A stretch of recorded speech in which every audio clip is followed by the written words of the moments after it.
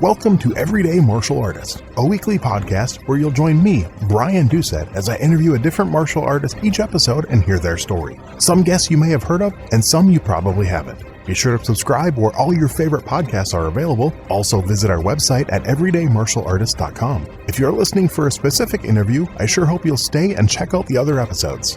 A very special thank you to Topher Williams for our custom theme music. And now, the newest episode of Everyday Martial Artist. Everyday Martial Artist is brought to you by KOOnline.com for all your martial arts needs. Sparring and safety gear, rank belts, uniforms, weapons, patches, and more. Wholesale supplies made by martial artists for martial artists. Visit us today at ko-online.com. Hello and welcome to Everyday Martial Artist. I'm your host, Brian Doucette, and as we do every week, we're joined by a brand new guest talking about their life and their journey throughout the world of martial arts. My guest today began studying martial arts over 35 years ago and has 30 years of intense training in mind-body techniques, meditation, mental training, and breathing. He was a German MMA champion holding the world record for fastest KO in a title fight, and he was also the European MMA champion. He was a NATO Self-Defense Instructor, a trainer for Special Forces Marines for the USA and Brazil, a bodyguard for the Royal Family of the King of Saudi Arabia, and also several years as a coach for Olympians and professional athletes. Also has 15 years of security experience and is certified in psychology, and he speaks 7 languages. His hobbies outside of martial arts include reading, chess, and nature. Please welcome my guest today, Mr. Yasin Seiwasser. How are you doing today, sir? Thank you for inviting me, Brian. Thank you. Hey, thank you. I appreciate the time. And like I said, I've had a lot of guests in the last 2 months that are in other countries. So I know the time difference can be a challenge. And you said it's almost midnight for you. So because you're in Germany? Yeah, right now I'm in Germany, in the middle of Germany, and we have exactly now in 7 minutes, it will be in midnight here. So I will be in the minutes, I will be in the future, in the next day. Well, there we go. Well, let's go back to the future here and start this up. So what we like to do with all my guests, I want to go back to the very beginning. I want to know where it started, where that first spark came from that kicked off your martial arts journey. Okay, first, I start really at the root. So I born in Germany, here in a city named Aalen, and my parents, so my origin is from the border of Syria and Turkey. It's there where the earthquake happened last year. The name is Hatay Antakya. Okay. And my parents brought me there when I was 1.5 years because they had to work in Germany and they wanted to build some future for us. So my brother and me, we were brought to my grandparents. So I didn't know them. And 1.5 years, normally you are very dependent on the mother. And usually I was very, in that young age, even with 1 year, 1.5 years, my mother told me I was very self-confident. I never cried. But when I went to my grandparents, I started to cry and I had a lot of fear because I didn't know them. So and I was there for the next 3 years till I was 4. And some civil war started there also. And I remember many times my grandma told me always, hey, go down, because, and then weapons, some like shootings and all the things happened. And I started to create a lot of fear inside me. Mm-hmm. And I started also to read the people. I didn't know if he's an enemy or if he's a friend. So I was very curious and I was always looking how they move, how they speak, how they act. And so that fear brought me to search something where I can be more stable, more secure. And then happened the first films, like in that time I saw I think I was like 4 years old. I saw a Bruce Lee film. Nice. And then I saw other films and then I was like, oh, I want to be like that. I want to be strong. I want to be very self-confident. I want to be independent, like the persons in the film. And so I came back when I was 4 years old to Germany. And then it happened again. I couldn't speak the language and I was in an area where other kids were like 5, 6, 7 kids together. And I was alone. And then they punched me and hit me. And so in the first years in my age, like from 2 years till 8 years, I was a lot of times in troubles. And that created a very, like when you didn't drink for 3 days and you are very thirsty, and that created something like that. And I was very, very hungry for starting martial arts. And then it happened that I started with the age of 8. Mm-hmm. I started in a karate school And yeah, and then started there to train some years, and then I went to a jiu-jitsu school. And so now, right now, it's 40 years. Now I'm 48, and I started at the age of 8.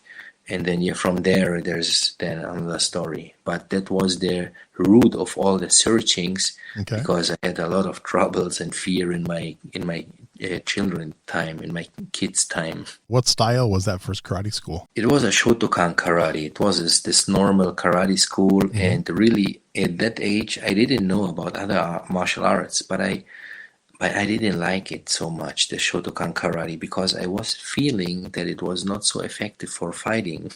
Yeah, I was very young, but I didn't know, but that was my intuition. And so I was searching for other schools, I was searching for other styles, and then I was, even at that age, very young, I went to libraries, and then I rented like books from karate. There was a lot of very old books like Karate 1, Karate 2, with it's a very old master.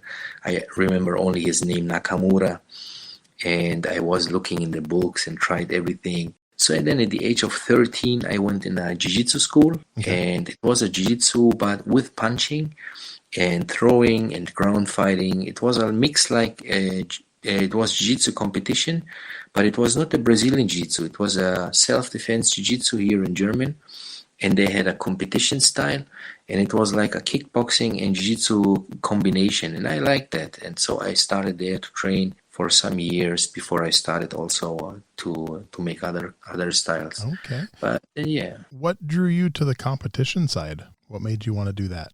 So, like I said, I was very on the way to search for my own confidence. So I had to test myself, because I was not so confident deep in myself. And when I went out, sometimes I asked myself, can I really defend myself if something happened right now? And then I started even to compete, because the competition, you never know what the opponent will do. So it's not like sparring, and it's not like a friendly sparring, and it's not something you know someone. So competition is almost like the fight. It's not like on the street, but there is another person. You don't know him. You don't know how he moves. You don't know how he will do or act. So I started to compete in these jiu-jitsu tournaments. And yeah, and then I collect a lot of confidence in that very young age, and then I started for sure.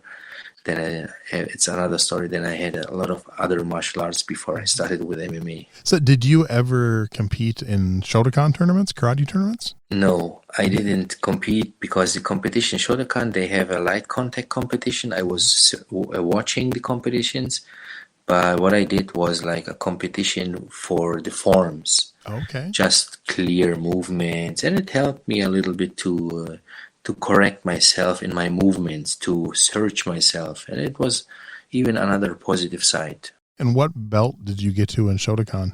Oh, I was I was only 2.5 years there. Okay. I think it's like just because here is not easy like to get the belts. Right. Like I was for some years in New York and New Jersey. I visited a friend of mine, and he was teaching kids, and the kids, more than half the kids had a black belt. Oh, wow. And I was like, what is that? I was like training very hard every day, 2.5 years. I got the green belt. So it's it's a very different, it's different. Okay. Because I think, nowadays people earn money and they make tests and belt tests, and it's an income. But at that age, like 40 years ago, it was more like you had to pass a test, and you have to be really quality-wise different, so a kid never can get a black belt. Okay. I know you said you weren't really very fond of the Shotokan style. What about the instructor? Was there anything that stands out about that instructor? I think the instructor at that time, because it was really long years ago, I think the instructor was not so deep into it. Okay. So, and that's why my intuition was like, so yeah, usually I love everything, but that's the style. When I started, I was not satisfied, and that's why I changed. And I went to jiu-jitsu, and yeah, it depends always the trainer and the individual. Yep. But I think at that time it was not enough. Maybe the trainer was also not so major, and yeah. Yeah. Then what about the jiu-jitsu instructor? What are some things that stands out about him?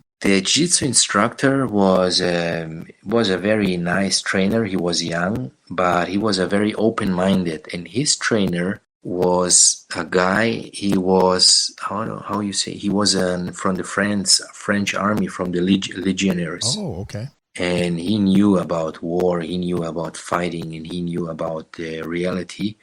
And funny wise, this trainer gave me at the age of 14 the book of The Way of the Peaceful Warrior from Dan Millman. Nice. And I read it 15 times at that age, from 14 to 16.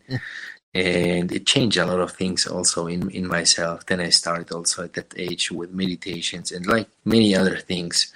But yeah, this was also the journey. And then I started because I knew about Bruce Lee and I was reading a lot of things. Then I started with Wing Chun at the age of 16 also. Nice. And I did it a lot of years. Till now even I'm doing many things from Wing Chun. And then at the age of 22, 23, I started with a very good friend. He was 5 times Moroccan judo champion at heavyweight. So I started training with him judo, and then I saw the first UFC fights, and the Rickson Gracie, he was inspiring me, the first jiu-jitsu, the documentary Choke, when I watched it. And yeah, and then I started to have a even more open mind. And so because I'm more in striking, and then I did a lot of mixed training with wrestlers. And nowadays my friend and even my student friend Frank Stabler, he's 3 times world champion in Greco-Roman and Olympian medalist. Wow. And I trained him last year like as a mental trainer. But so I started even now at that age, so with an open mind to train with the world-class wrestlers. And at that time even I was 8 times for longer periods in Thailand. I trained Muay Thai. And yeah, a lot of things different. So in Germany, I called my martial arts style like Seiwasser. It means be water, like the Taoism, or from Bruce Lee, be water. And I called it like be water martial arts, just open-minded, add everything what is useful and eliminate what is not useful for yourself and add your own, like Bruce Lee said in his philosophy. And so I did a lot of things. And then later on I started to compete in MMA also. Then so you went from Shotokan to Jiu-Jitsu to Wing Chun. Now what, at that young age, from 8 to 16, those 3 styles are very different. What was kind of going through your mind? I mean, when you first started Wing Chun, it's obviously very different from Jiu-Jitsu, and even as a stand-up art, completely different than Shotokan. So what were some of the things going through your mind at that young age when you just saw the differences in those 3 styles? So the first thing, it was always, what is most effective if I should fight right now without rules? And then I was like watching films like from Bruce Lee, and then I saw the Wing Chun techniques. Sometimes I saw even in different like boxing fights. I watched Muhammad Ali fights and Mike Tyson at the time. And then so I tried to figure out what is the most effective things and how can I use my weapons most effectively. And that's why I tried to make something like a little bit with more time and patience. So when I went to Jiu-Jitsu, I saw Jiu-Jitsu was a little bit, that competition was a little bit more complete than Shotokan Karate. But I missed something like to finish an opponent more fast. And then I saw like this Bruce Lee explosive techniques, and then I knew that he did Wing Chun with Master Ip-Man. And then I started with Wing Chun. So in Wing Chun, I missed something like the footwork. They don't have so much footwork. They are a lot of more with the arms. But then the arm techniques like Chi Sao, the sticking hands, and the reaction of the hands and very fast movements, I liked it. But I missed the footwork, like in boxing, like the dancing of Muhammad Ali, or Bruce Lee even changed it for himself. And so I searched always for the perfect style, but I couldn't find the perfect style because every style has some positive points and, in my opinion, some negative points. So they have rules, like judo have some rules, but if you're in that distance, then it's positive for yourself. But if you're in another distance, it can be negative. And so that's why I tried a lot of martial arts for longer periods of time to see the positive sides of that style, and then to the negative style. Like I said, eliminate the negative, add the positive. And so that's why I'm still like 40 years now in the martial arts, but the last 10, 15 years, I'm not searching any other style anymore. And then, so what, after Wing Chun, what was next? Then I started with a friend, like with judo or wrestling in some schools. And at the same time, I went to Thailand. I trained Muay Thai, and I have some videos also on YouTube how I trained in Thailand. And I loved it because I was in Sitjotong. Sitjotong was Ramon Dekker, one of the greatest Muay Thai kickboxers from Holland.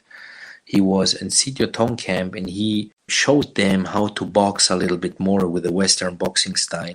And he learned to kick from the Muay Thai in that style. That's why they have even this connection from Holland and Thailand. And they have a lot of the Dutch people and the Thailand people. They have a big connection in Muay Thai. And it started there. And I was in that camp, but I didn't know about that story.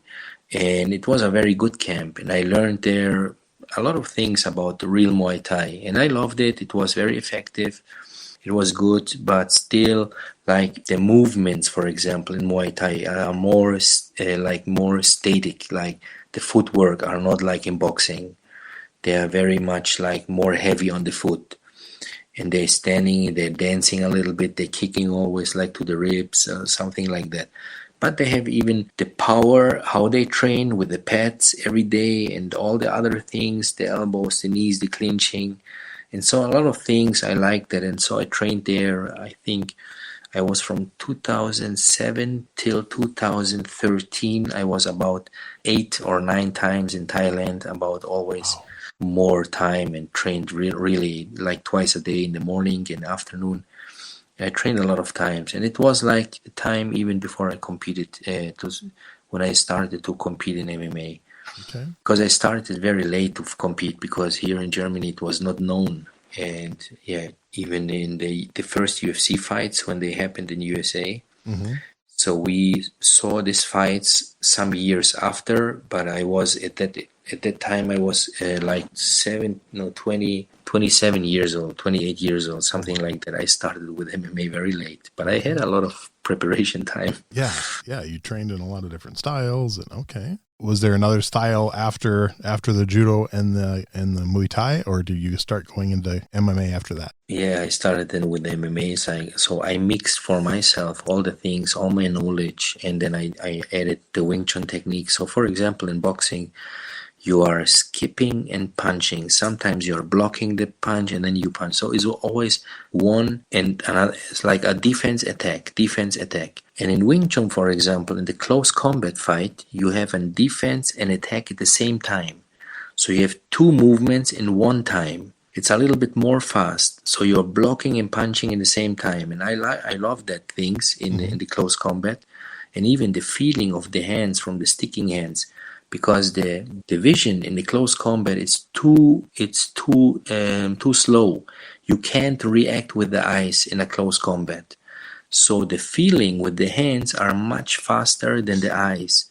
And so I added things even in the ground fighting. It helped me a lot. I fought a very good black belt in jiu-jitsu. And with my feeling of the hands, I could feel always before. I didn't let me grab always. I knew if they want to choke, they need something to grab. So I didn't grab my hands, and I had a very good feeling on sensibility on my hands. So from that style, I added something, and then I created some like techniques. And like I said, I called them Seiwasser martial arts. It was like the be water martial arts in English. And then I trained all the things like kicking, and even I did taekwondo. I forget to tell them.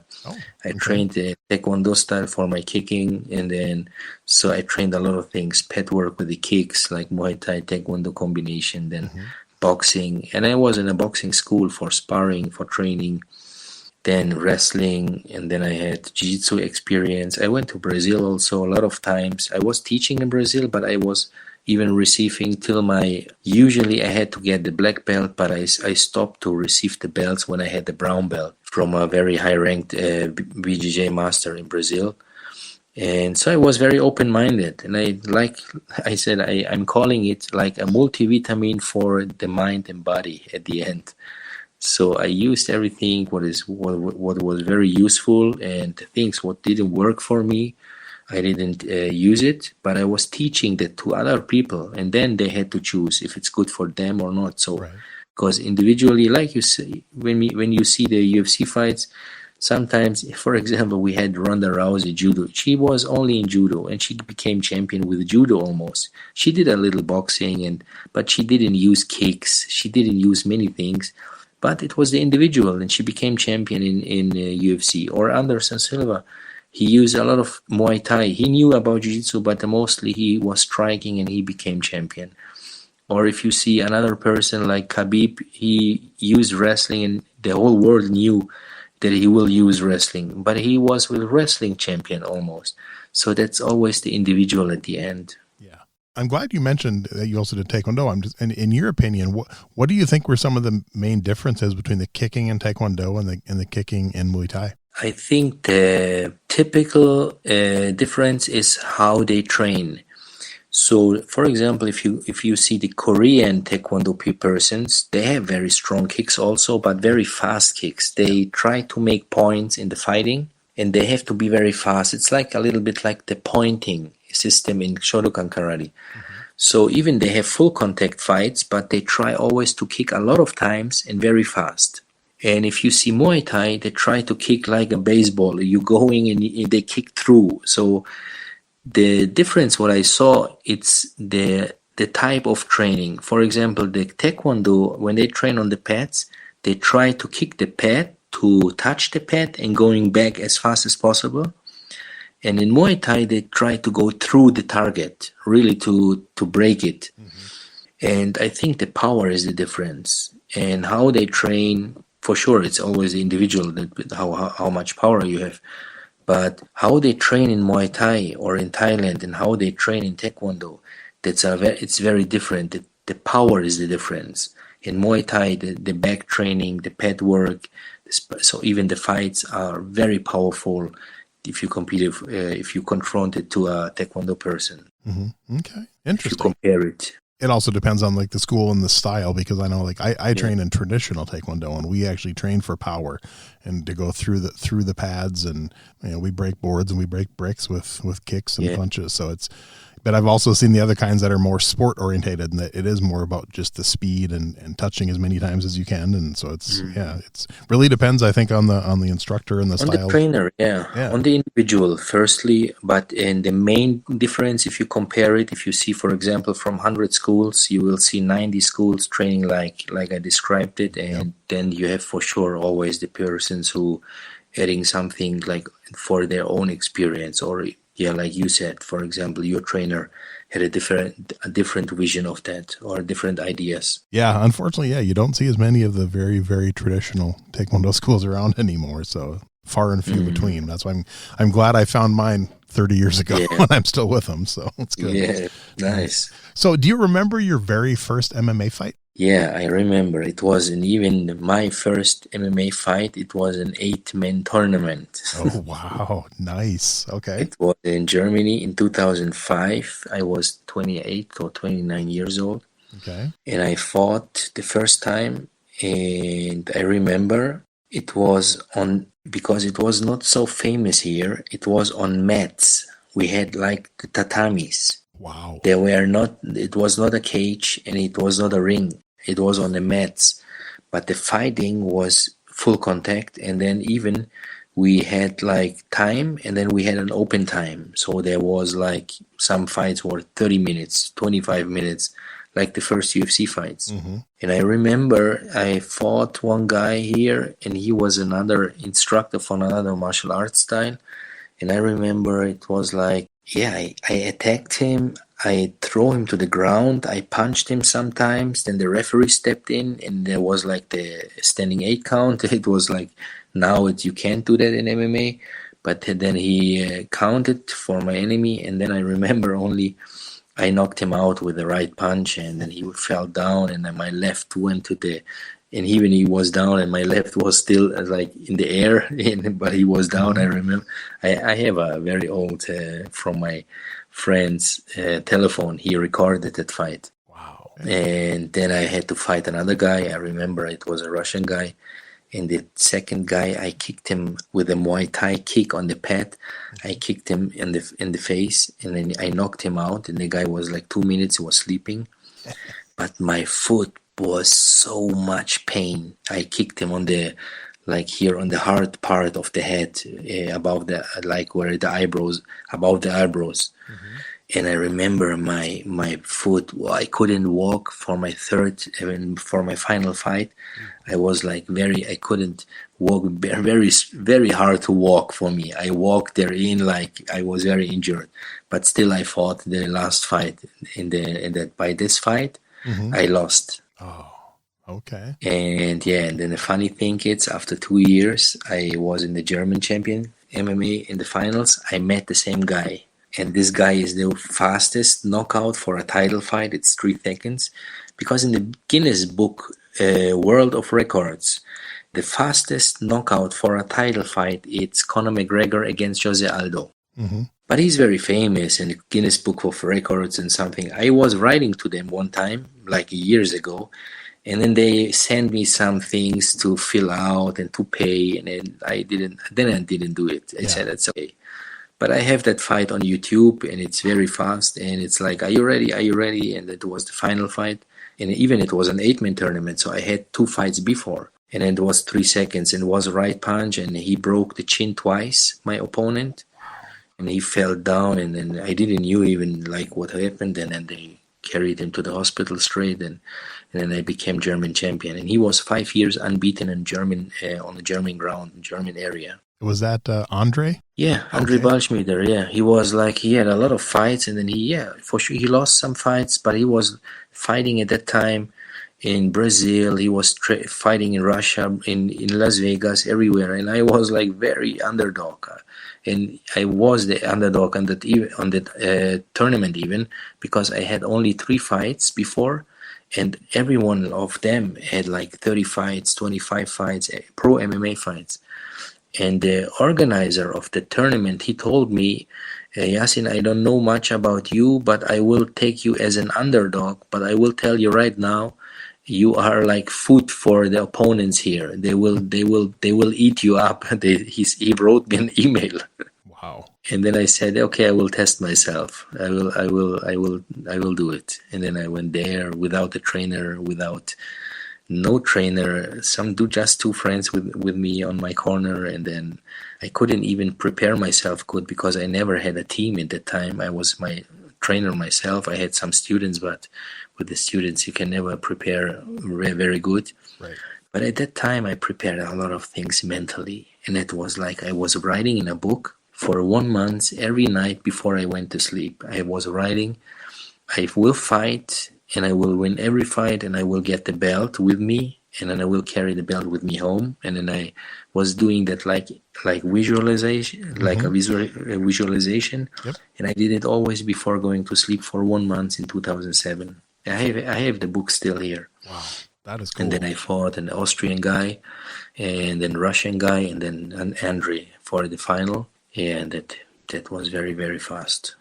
Yeah, I just watched the video while we were talking, so a couple times. Yeah, very fast. I'll put a link for that out there for sure. So that's kind of cool. All right, so you had mentioned that when you were in Brazil, you were doing some teaching and stuff. So at what age and what kind of drew you to the teaching side of martial arts? So when I was 17 years old, I started the first time to teach because my trainer in Wing Chun, he needed some help, and I was teaching the first time, and he liked how I helped him. And so he offered me 2 schools here in Germany to start with 2 schools. Wow. And then I started to teach very early in my time, like I was 17. And then I remember I didn't have a car because you make the driving lessons here with 18. And I remember I was with the train always to go to the school, was teaching, came back, then I did my driving lessons, and then I was teaching in different cities here. And then at the age of 24, I went to Italy for 3 years. I couldn't speak the language because there in Italy, in Torino, there was not Wing Chun style, and then I wanted to make like a pioneer work, and I wanted to bring Wing Chun in Turin in Italy. Okay. And I went there. I stayed there for 3 years, and then I created some schools there. It was 3 schools in 1 year, and then I learned a little bit the language. Now I can speak very fluent Italian. At that time, it was very difficult, and then I had after 12 months like 125 students in Italy, Turin, and I stayed there for 3 years. Then I came back, and after my first competitions in MMA, then at the age of 30, it's like a little bit late, but still it's 18 years ago. So I started to travel a lot, like to Thailand, to Japan, to India, and then I traveled also to Brazil. And the first time when I was in Brazil, I was invited by a guy in Sao Paulo. It was a sponsor from UFC Brazil. It's Pretorian. It's very in the old pictures when you see Pretorian, it was very famous in the UFC because there was a big part of the sponsors from UFC in Brazil. Okay. And I was teaching there a self-defense class in that school in Sao Paulo. And I was teaching there in English. I couldn't speak Portuguese, and I loved that place. And then I knew some persons from Jiu-Jitsu, fighters from everywhere. We became friends. And then I went again to Brazil. And then we did a exchange teaching. Like I was teaching like self-defense and some other things from striking for MMA fighters and even on the ground with the ground and pound, something like that. And they were teaching jiu-jitsu things for me, for myself. And so we had this cross trainings. And and it started like 2012, 13. And till before COVID happened, I was always in Brazil. Okay. Think back, you said 17 years old. So think back 31 years ago, and over all those years you were teaching to now, what do you think has changed the most about your teaching style over the years? So first, if I'm talking about the techniques, like the physical things, I think nowadays I have a lot of tools in my toolbox. So I can teach very easily things to people, to an audience or to single persons, like very effective and simple techniques, how they can use it very easy. And always with the background, the effectiveness, like how to create, for example, a beginner and to make him able to fight. And before I had to go always like many steps. Right now I can see one guy or one woman or an audience, like I said, and then I start to teach them like some things, like some basics, and then some movements, which is very effective. And I remember I have students, they came to me, no talent, no physical power. So like they were not in shape. And I trained them like 2 or 3 times a week because we had here a school and everyone has to work. And after 2 years, they started to compete in MMA very successfully. Nice. And they beat a lot of good guys. And then that's why, because the effectiveness of the movements, the effectiveness of the training, because we have here a saying in German, we say, practice makes the master. And I changed it. I said, not practice makes the master, because you can practice a lot of wrong things, like in weightlifting. If you do something wrong, so you can injure yourself. If you practice wrong, so you lose time. So I changed this sentence, even in my new book. It came out last week. I wrote there, right practice makes the master. So, and then in this right practice, I added a lot of things, good basics, how the footwork, the skipping, the blocking, and then I'm teaching, for example, people not only one side. I teach always 2-sided. It's better for the brain. It's better for the you have more options, and you can do a lot of things more. And then fins, for example, if you watch the fights in UFC, you see a lot of good guys, good fighters, but they don't use almost any fins. They don't use it. And there is a lot of tension inside. And so then I start to bring these things inside. And so a big toolbox. That's the difference from when I, like, for your question, when I think back when I was maybe 17, 20, 21, I was more stylistically what I learned, I was teaching. And right now I'm teaching differently. You know, Bruce Lee used to say that too about your toolbox. Interviewed one of his original students, my episode number 6, James DeMille. He trained with Bruce Lee in Seattle in 1959 and 1960, and he talked about Bruce Lee teaching them about his toolbox. So that's kind of cool that you mentioned that. Yeah, so I didn't know that, but well, there you go. Even like I said, I am a big Bruce Lee fan also because I think he's a very, very, very intelligent, philosophical guy who put that philosophy in practice.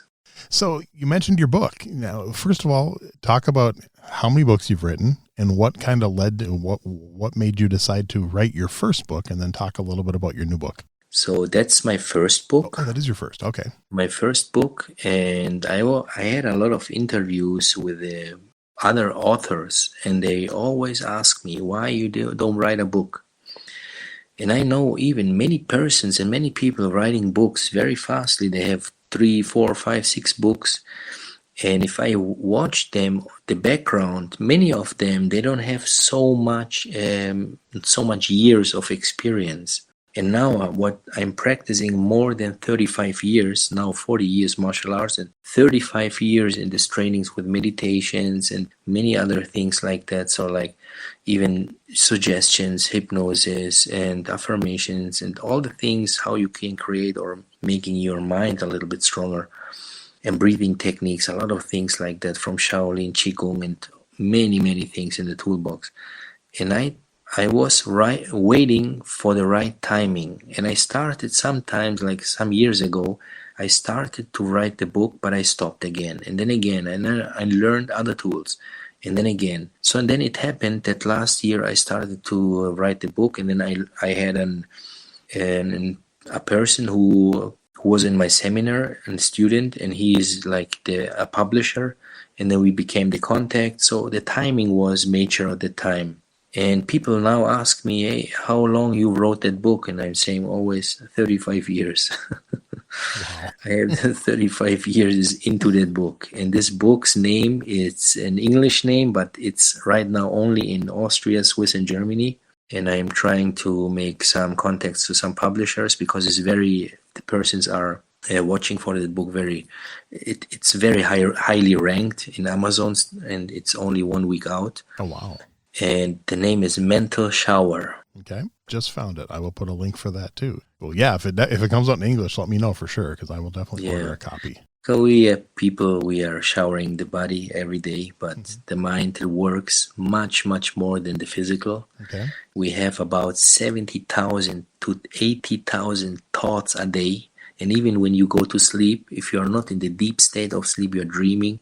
So the mind is always working. We have so much information, too much information. We are overloaded, and even that's why we're losing intuition, we're losing instincts, and that's why meditation or mental shower is very important to clean the mind or to start the day freshly, and then evening before to go to sleep to clean the mind, like the body when you worked out the body. Right. It's very, very important to clean the mind because the mind drives the body always. All the things what we are doing is consciously or subconsciously.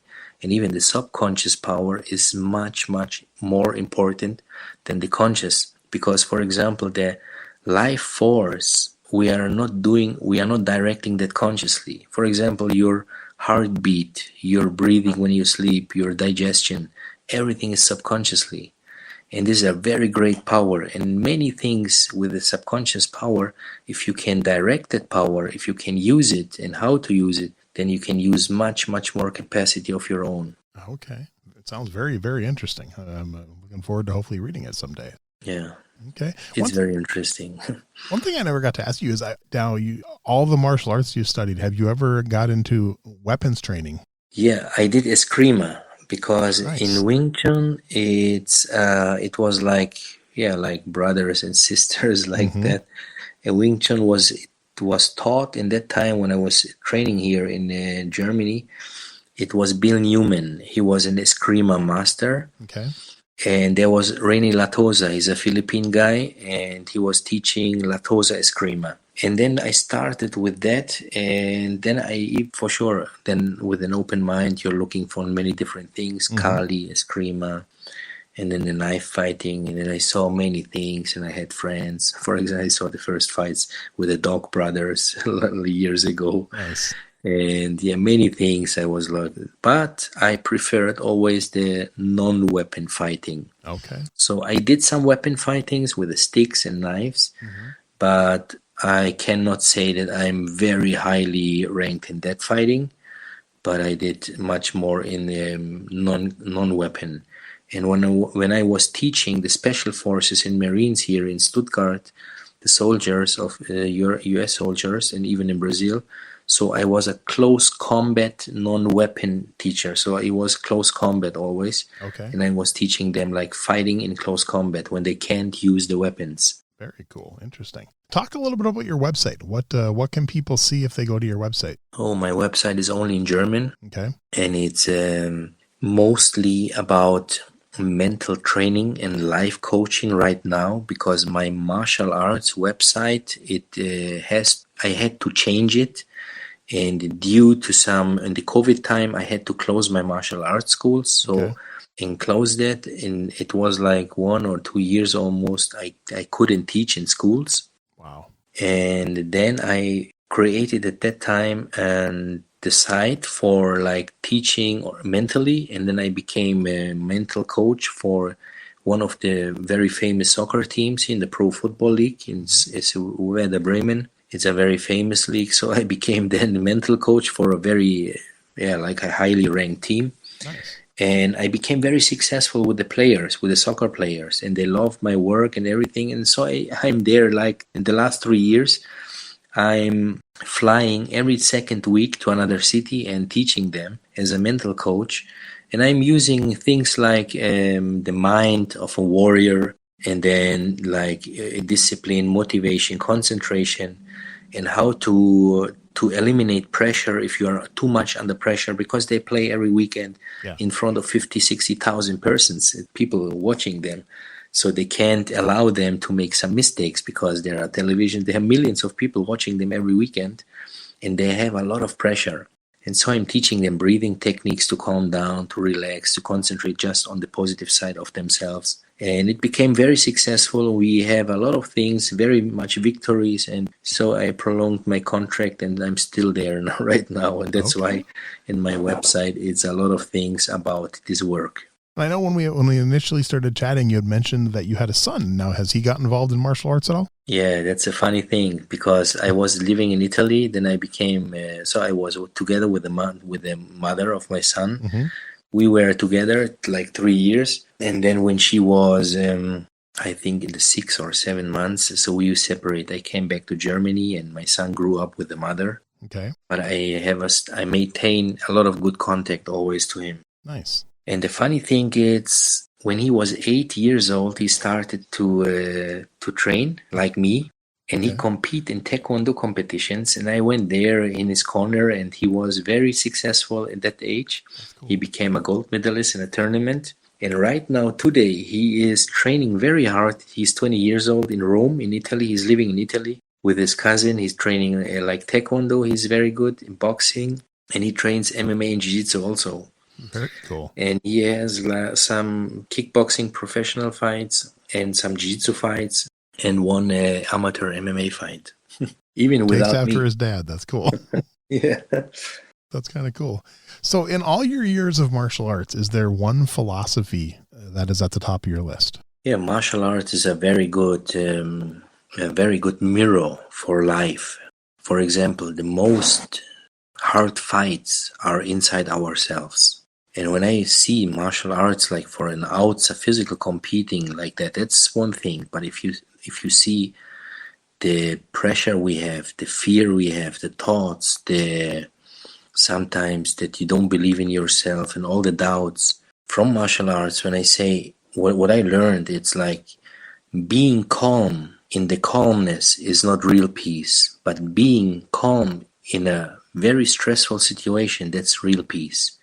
And I learned from martial arts and even from my own philosophy, when movement is very stressful, being calm in that moment, That's a philosophy of fighting and philosophy of life. And don't let you disturb from external energies. And if you do this in fighting, and if you can remain calm in your mind, so you can adapt yourself much better in the fight. And the same thing is in life. And that's what it's one of the most important philosophies in my life. I like it. All right. I have some fun questions we asked to kind of wrap up the interview. Now, this one, you're like me. You started watching the UFC back in the day and stuff. And I'm curious, as a fan, you fought in MMA in the early days, but as a fan, do you prefer the old school 8-man tournament style with very little rules, or do you prefer the new style of MMA? I prefer the new style. Okay. The old style was, I think it's more technical, and even because the people are more complete fighters today. Okay. And when you fought, what was your walk-up song? Oh, the first song, when I remember, because when we fought on the mats, we didn't have walkout songs, but when we fought in the German MMA Championship, my walkout song was Victory from Notorious B.I.G. and Puff Daddy. Victory. Awesome. Okay. It's like one, I remember. Okay, cool. In 40 years of martial arts, what's your worst martial arts related injury? I didn't have so much injuries, but one time I kicked my student's elbow, so I broke my foot. Ouch. Or my like I told. And one time I think I broke my thumb when I was fighting in the 8-man tournament when I became German champion, because before I was fighting the finals. So in the second fight in ground and pound, I punched the head of my opponent. And I think I broke my thumb because I couldn't move it for 1 year, but I didn't went to doctor. You sound like me. I don't like doctors either. I think I don't trust so much. So when I know someone, okay, good, but I hear so many things nowadays, but I didn't go to the doctor. But right now everything is good. The body heals itself if you let him. Yeah. Sometimes we need it if you do. Yeah, sometimes we need it, but mostly. I was supposed to have my knee completely rebuilt over 30 years ago, and I still haven't had it done. Yeah, but are you good now? I mean, it still hurts I have a very high tolerance for pain, and I've had a doctor tell me that if I injure it again, we have to have a serious conversation. So we'll see. At least once a year, it completely goes out on me, and I'm in a lot of pain for like a day, and then it's usually better 2 days later. So, I deal with it. Yeah. Okay, hopefully it gets better. Yeah, we'll see. I'm a couple years older than you, so I don't know. It's not getting easier. Yeah. But we'll What see. is your age? I just turned 50 in January, so I'm 2 years older than you. 2 years. Yep. 74? Yep, 74. In the year of the tiger. Yes, sir. I'm in the year of the dragon. Nice. Okay. So we have a conversation from tiger and dragon. There we go. Nice. All right. This one I'm curious about, because you're a fan like me. You love like people like Bruce Lee and stuff like that you looked up to. Who were like 3 or 4 or 5 martial artists that you would put on your personal Mount Rushmore of martial arts? I think for sure Bruce Lee. Okay. It's one. I was very inspired even from Rickson Gracie when I was watching Choke. I think he's even like mentally and like as a person, he's a spiritual warrior. Okay. And yeah, it's Rickson, then Bruce Lee, and then I don't know, because right now, so maybe in the UFC, I loved to watch Anderson Silva. Nice. Okay. He was that's the funny thing. He contacted me one time, like he was sending me an Instagram, an audio message. Really? Hello, master. I hope to see you one day. Let's train together. He sent me a message. Wow. Because I was teaching there in Brazil a lot of times. Eric Silva. I have a lot of UFC fighters I was teaching, and they were training together. And it was very funny because I watched his fights and I loved his fights. But he's very respectful, and he sent me a message because he knows me, but we didn't know each other till right now.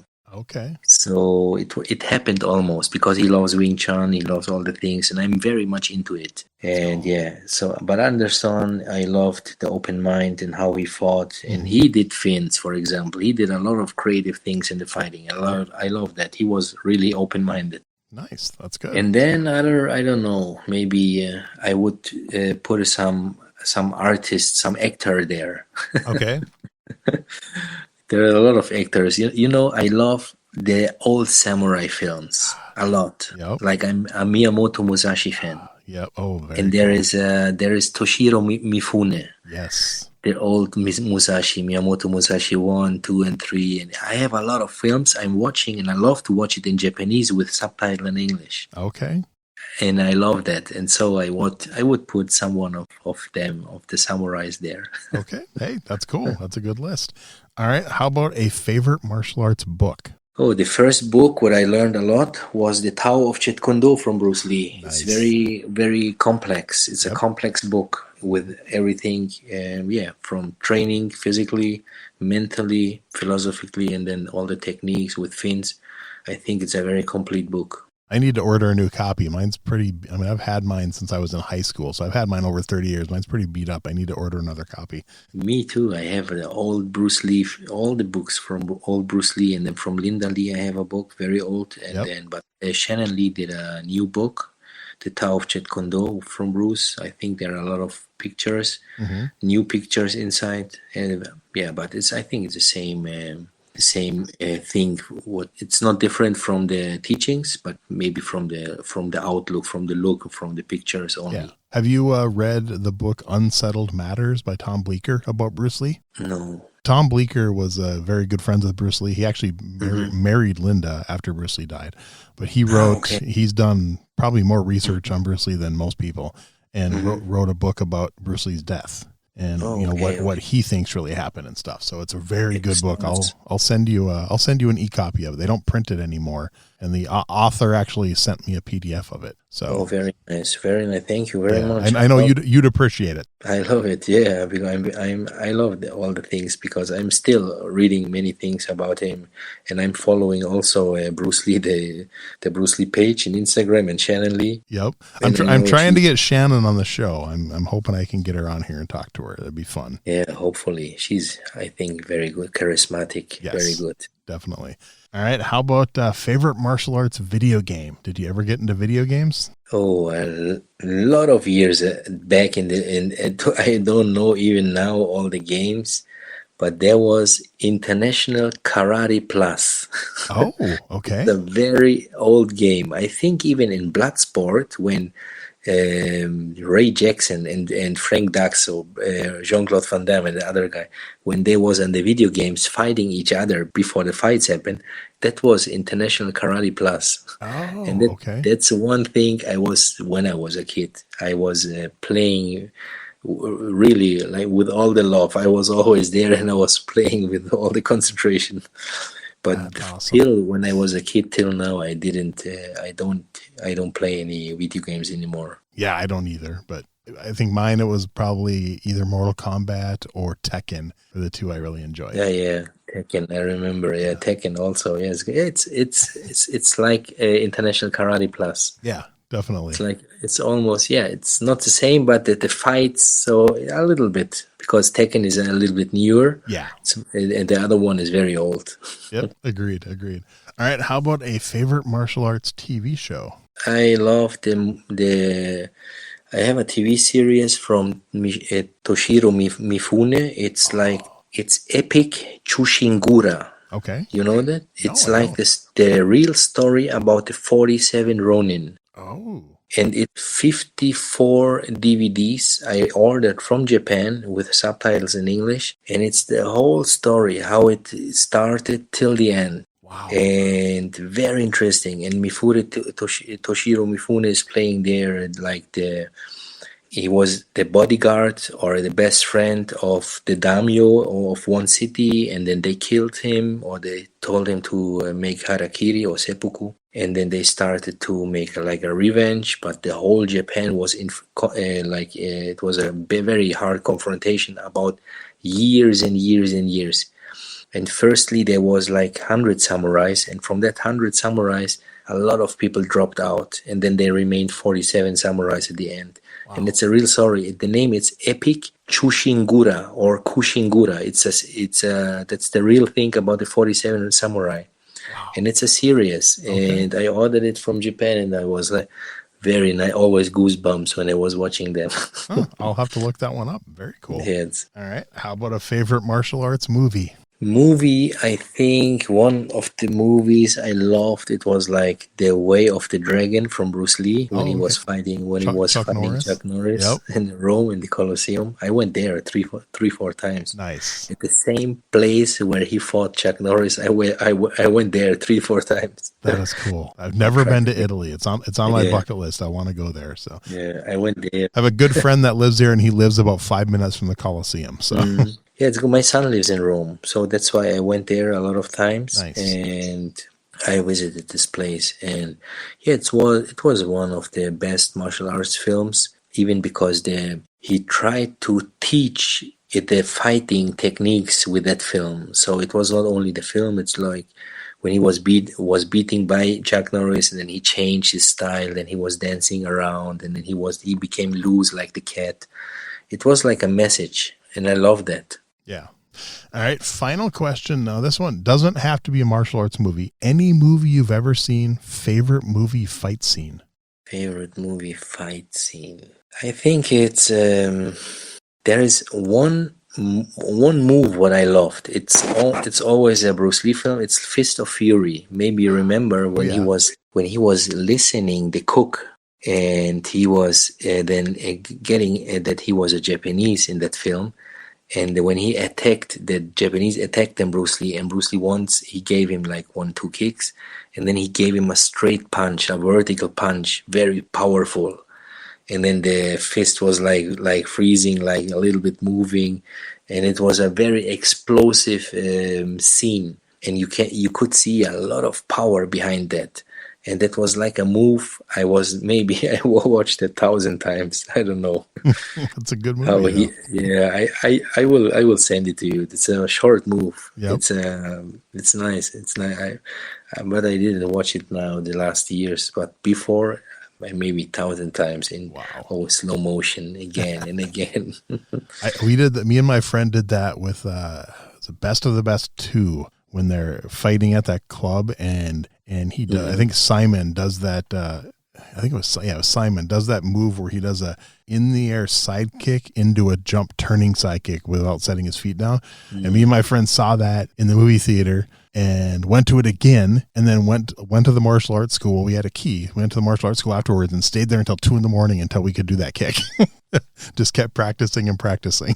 All right. So before I let you go, anything that I forgot to ask you or any last minute words you want to leave the listeners with? No, everything good. Appreciate it. Good time and good conversation. And I'm looking forward to see some of your previous podcasts with some of the actors I was watching as a kid, like nice. I think Simon Rhee was with there. Yep. Simon Rhee, and then Don Lauren Wilson, Lauren Avedon. Yeah. Yep, I've had Cynthia Rothrock. She's been on there. Okay, I know. Yep. I've had some good ones. Yeah, it was a time. Coming up this summer, I'm going to be interviewing Mark Dacascos. Okay, I know his films Only the Strong. Yeah. Only the Strong. Yeah. Capoeira. Yep, I've been lucky. I've been very, very lucky. Yeah, that's nice. And yeah, perfect. Well, your episode will be out June 13th, just so you know. And I will get a hold of you ahead of time and stuff. But other than that, I want to thank you for your time and staying up late for me in Germany. And I know right now for you, it's Thursday. So it's a day later than me. You're in the future. So, but seriously, I appreciate your time, and I really think the listeners are going to like this one. Thank you very much, Brian. I appreciate also. And yeah, let's stay in contact, and I'm wishing you all the best, good success, good spirit for all your work. Thank you. I appreciate that. Thank you too. Thanks for listening to Everyday Martial Artist. We hope you will join us every week for a brand new episode with a different martial artist telling their story. If you enjoy the show, be sure to leave us a review. Also, be sure to check out our website at everydaymartialartist.com. There you can find all of our episodes and contact us to suggest guests and ask questions. Again, thanks for listening to Everyday Martial Artist, and we'll see you next week.